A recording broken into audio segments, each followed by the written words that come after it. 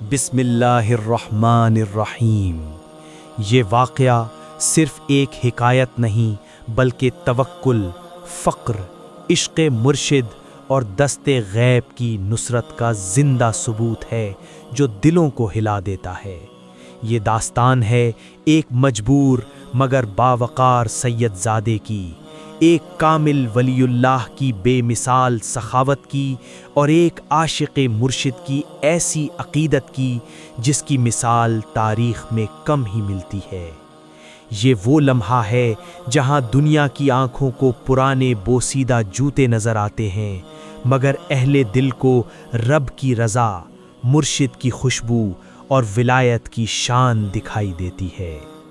آئیے دل کی آنکھوں سے پڑھیے محبوب الہی اور امیر عشق حضرت امیر خسرو رحمۃ اللہ علیہ کی یہ روح پرور داستان۔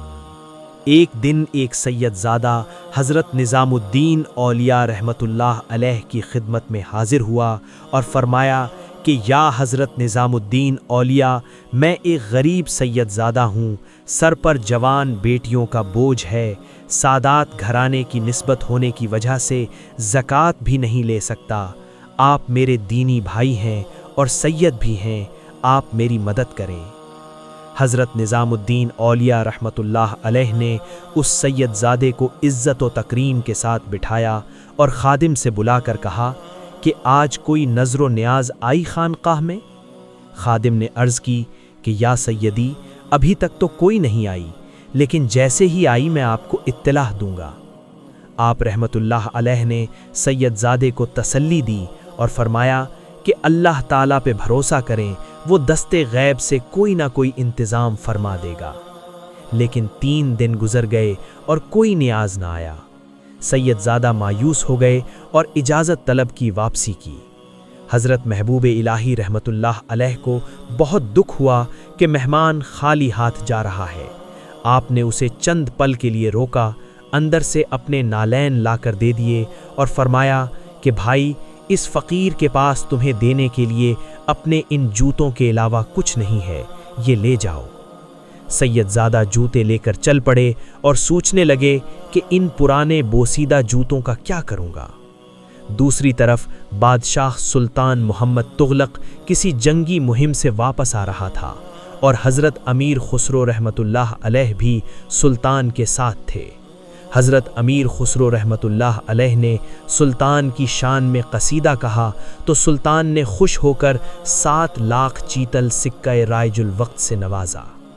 واپسی کے سفر پر رات کو پڑاؤ کے دوران اچانک امیر خسرو رحمۃ اللہ علیہ نے کہا کہ مجھے اپنے مرشد کی خوشبو آتی ہے۔ مصاحب نے کہا کہ جناب، حضرت نظام الدین اولیاء تو دلی سے کافی دور ہیں، تو خوشبو کیسے آ گئی؟ لیکن امیر خسرو رحمۃ اللہ علیہ بے قرار ہو کر خوشبو کے تعاقب میں ایک سرائے تک پہنچے، جہاں ایک کمرے میں ایک شخص اپنے سر کے نیچے کچھ رکھ کر سو رہا تھا اور خوشبو وہاں سے آ رہی تھی۔ امیر خسرو رحمۃ اللہ علیہ نے اسے جگایا اور پوچھا کہ کیا آپ حضرت نظام الدین اولیاء رحمۃ اللہ علیہ کی خانقاہ سے آ رہے ہیں؟ سید زادہ صاحب آنکھیں ملتے ہوئے بولے کہ ہاں، میں مدد کے لیے گیا تھا مگر کچھ نہ بن پایا، صرف اپنے پرانے بوسیدہ جوتے دیے ہیں۔ یہ سنتے ہی امیر خسرو رحمۃ اللہ علیہ کی حالت غیر ہو گئی اور کہا کہ کہاں ہیں میرے مرشد کے نالین؟ سید زادہ نے ایک کپڑا کھول کر دکھا دیے۔ امیر خسرو نے ان کو پکڑا، چوما اور اپنی آنکھوں سے لگایا اور پوچھا کہ کیا آپ انہیں بیچیں گے؟ سید زادہ نے کہا کہ نہیں، بس چند ہزار سے گزارا ہو جائے گا۔ لیکن امیر خسرو نے زبردستی 7 لاکھ چیتل دے دیے اور 7 سپاہی اور تحریر بھی دی تاکہ کوئی شک نہ کرے۔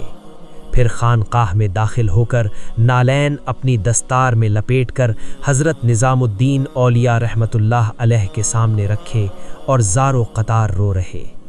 حضرت نظام الدین اولیاء رحمۃ اللہ علیہ نے مسکراتے ہوئے پوچھا کہ امیر خسرو، میرے لیے کیا لائے ہو؟ امیر خسرو رحمۃ اللہ علیہ نے جواب دیا کہ یا سیدی، آپ کے نالین لائے ہوں۔ حضرت محبوب الہی رحمۃ اللہ علیہ نے استفسار کیا کہ کتنے میں خریدے ہیں؟ امیر خسرو نے عرض کی کہ 7 لاکھ چیتل میں۔ حضرت محبوب الہی مسکرا کر بولے کہ بہت ارزاں لائے ہو۔ امیر خسرو بولے کہ جی یا سیدی، 7 لاکھ چیتل تو بہت کم ہیں، اگر وہ سید زادہ میری جان بھی مانگتا تو میں جان دے کر نالین حاصل کر لیتا۔ یہ واقعہ ہمیں سکھاتا ہے کہ اللہ پر بھروسہ کبھی ضائع نہیں جاتا۔ جو فقیر دنیا میں خالی ہاتھ دکھائی دے، اس کے پاس بھی ایسی دولت ہوتی ہے جسے دنیا تول نہیں سکتی۔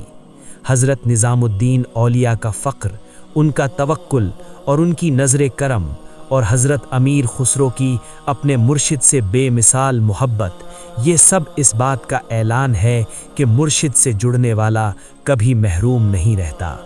یہ نالین صرف جوتے نہیں تھے، بلکہ قبولیت، نسبت اور رب کی خاص عنایت کا نشان تھے۔ اگر یہ واقعہ آپ کے دل کو چھو گیا ہو، آنکھوں کو نم کر گیا ہو اور ایمان کو تازہ کر گیا ہو تو احمد رضا ٹی وی کو ابھی سبسکرائب کریں، ویڈیو کو لائک کریں اور اس پیغام کو دوسروں تک پہنچانے کے لیے شیئر ضرور کریں تاکہ حق، محبت اور اولیاء اللہ کی خوشبو مزید دلوں تک پہنچتی رہے۔ واللہ تعالی عالم بالصواب۔